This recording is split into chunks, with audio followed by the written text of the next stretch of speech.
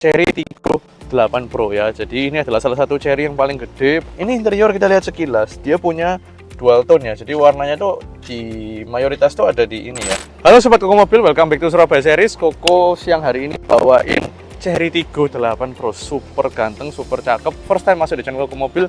Buat yang penasaran, ikutin terus review dari Koko hari ini sampai habis.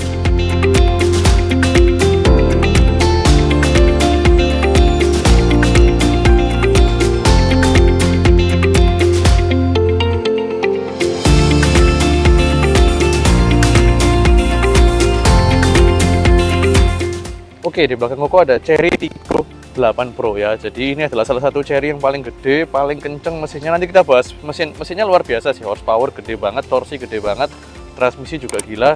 Dan nanti Koko akan ajak sobat nyetir jalan supaya tahu kok rasanya mobil Cina yang kenceng tuh kayak gimana yang bensin gitu ya. Nah, ini interior kita lihat sekilas, dia punya dual tone ya. Jadi warnanya tuh di mayoritas tuh ada di ini ya, hitam sama coklat sama black piano gitu. Kemudian dia punya layar tuh 3 ya, jadi banyak banget. Ini khusus AC, ini infotainment. Di sana full digital display untuk RPM, kecepatan dan segala driving information. Kemudian dia juga punya bangku kedua yang tuh kakinya lega banget gitu. Bangku keduanya lega banget tuh, legroomnya sampai segini. Jadi nggak perlu khawatir kalau ngomongin mobil ini soal kelegaan ruang karena dimensinya gede banget. Panjangnya ada di sekitar 4,7 atau 4,8 meter gitu ya. Terus nih di sini kita bisa lihat torsinya ya 390 Nm. Electric tailgate pastinya. Jadi mobil ini gede, powernya gede, full feature. Terus punya bangku baris ketiga nih, tinggal ditarik ini udah buka ya. Bangku baris ketiganya nggak gede-gede banget sih kalau aku lihat ya. Sedengan aja ukurannya. Setara mungkin kayak low MPV tapi bagasinya gede banget, apalagi kalau dilipat begini benar-benar panjang dan dalam banget. Ada kisi AC juga di baris ketiga. Velgnya dia ini menggunakan ring 18 dan ukuran bannya itu mirip-mirip sama CR-V turbo yang Koko pakai. Bedanya profilnya lebih tipis 5.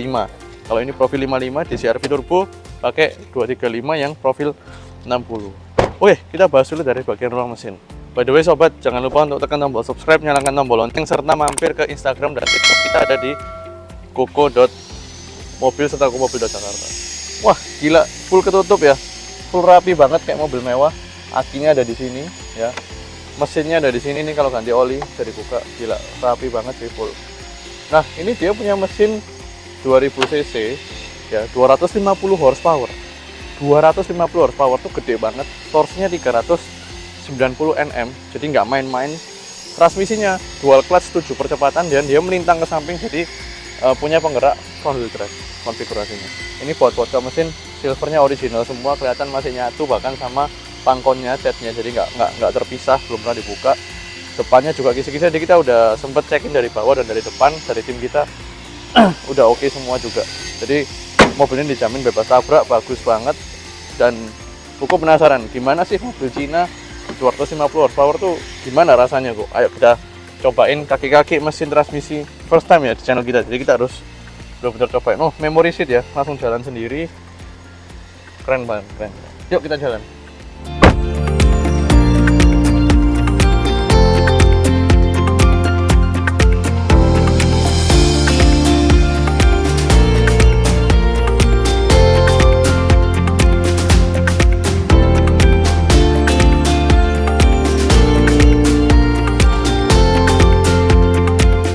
Oke, kita udah ada di dalam Cherry Tiggo 8 Pro ya.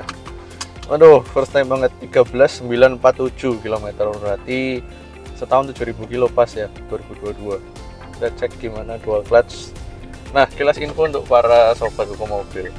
Cherry kelihatannya kita punya image brand Cina ya. Tapi sobat tahu nggak sih kalau Cherry ini sekarang udah jauh improve ya dibanding Cherry yang kita tahu di zaman dulu tuh ya. Beda banget sekarang dari ngomongin build quality-nya segala macam. Tapi kita coba deh platformnya. Kalau ngomong build quality-nya secara dashboard, kulit soft touch, layar instrumennya tengah ya keren gitu, dilihat keren banget. Kita coba jalan karena yang jadi penentu yang sulit ditiru biasanya oleh brand-brand asal Tiongkok asal Cina itu adalah platform ya. Jadi kualitas yang istilahnya kita nggak bisa bikin dengan mudah, dengan cepat, dan seringkali maaf kata nggak terlalu diperhatikan. Dipikir konsumen ini hanya peduli apa yang dilihat mata tapi nggak kerasa gitu. Kalau Koko sebagai reviewer mobil, sebagai host dari Koko Mobil, ya itu adalah hal yang lebih penting menurut Koko dibanding visual. Kembali lagi, tapi itu prioritas masing-masing ya, urusan mobil. Kita injak gasnya 390 Nm. Oke, kenceng banget, kenceng. 250 horsepower, 390 Nm, transmisi 7 speed dual clutch. Jadi mobil ini kelihatannya masuk Indonesia dengan power spek yang nggak kaleng-kaleng ya. Rasanya barunya di 500 jutaan deh. Nggak tahu kalau sekarang dengan gempuran, ngomong barunya ya, dengan gempuran electric car di harga 400-500 juta gimana, nggak tahu. Tapi kan ini udah kondisi bekas dan harganya sih di info terakhir minta di bawah 400 dan kilometer baru 7.000 setahun, baru umur 2 tahun sobat. Jadi menarik banget sebenarnya secara value proposition. Oh, kamera 360 ya, lengkap banget semua fiturnya. Aku lagi perhatiin rasa mengemudinya ketika konstan ya, akselerasi mesinnya ketika kita akselerasi halus tuh kayak gimana. Kita running konstan di 50 km per jam itu 1:16:17 ya, berarti mobil ini kemungkinan akan punya fuel consumption di sekitar 8 kali ya, kurang lebih kayak gitu-gitu. Bisa dilihat sih kalau udah sering cobain mobil atau lihat mobil yang lainnya, kurang lebih kayak begitu, sedikit bisa dikira-kira, bisa diukur. Dual clutch-nya not bad. Oke, wheel spin. Oke. Jadi dia ngisinya di mid range ya, begitu upshift justru lebih kenceng. Jadi kan dari red line naik gigi itu tambah lebih kenceng powernya rasanya. Kita coba lagi. Wheel spinnya lumayan kerasa banget ya. Traction control matiin di mana nih? Mode normal, mode sport, ada eco pula. Oke, belakang udah multi link juga suspensi, aku baca speknya. Oke. Gimana ya jelasinnya? Sebenarnya secara experience itu halus banget ya.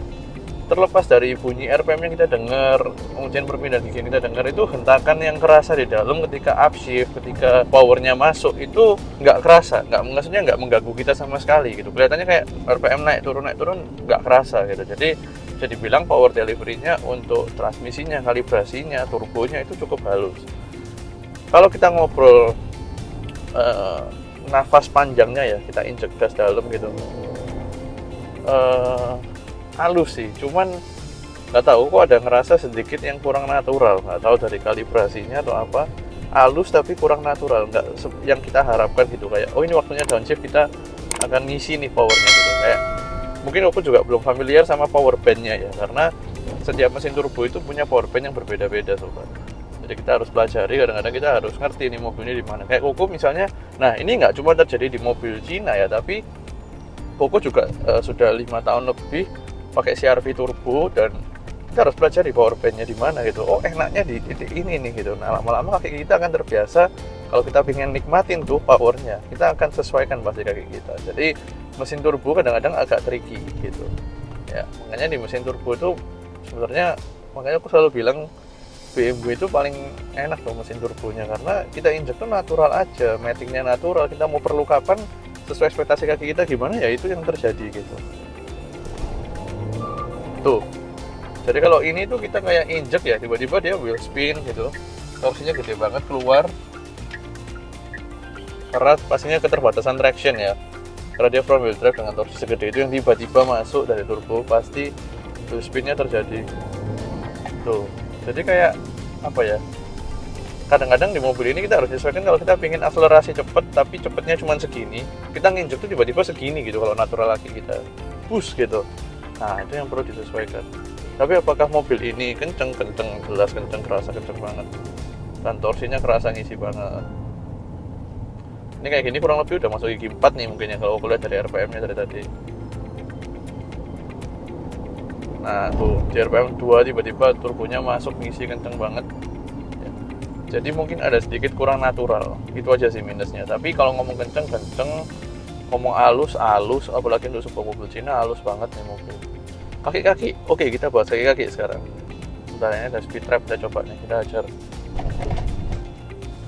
Empuk, ada, maksudnya rasa peredaman khas mobil Cina-nya ada, karena mobil Cina rata-rata menurutku punya rasa peredaman yang not bad sebenarnya, cukup baik. Cuman kalau diomong kakinya dewasa masih biasa ya, belum yang super dewasa kayak wih ini mantap setiap ada ini keredam, masih biasa, terus terang masih biasa ya. Depannya juga, kaki-kaki depan juga masih nggak ada bunyi sih sama sekali, cuman kerasa agak apa ya bahasanya, dribble, ngerti nggak ya, kayak orang main basket tuh kayak dribble terus kayak masih ada kerasanya gitu.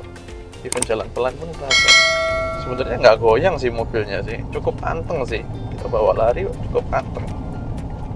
Cuman ketika jalannya nggak rata tuh lewat ada yang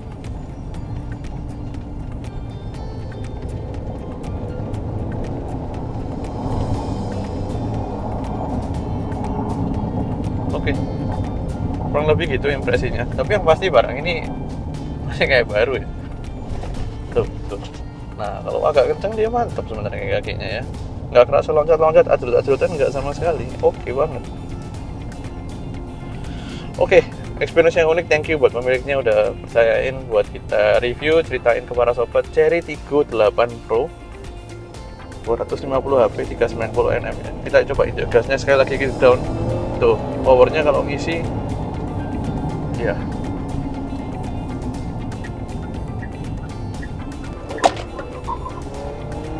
Traction controlnya limit power banget ya. Gigi satunya nggak bisa handle powernya, jadi pas masuk gigi 2 langsung narik lagi gitu ya. Iya.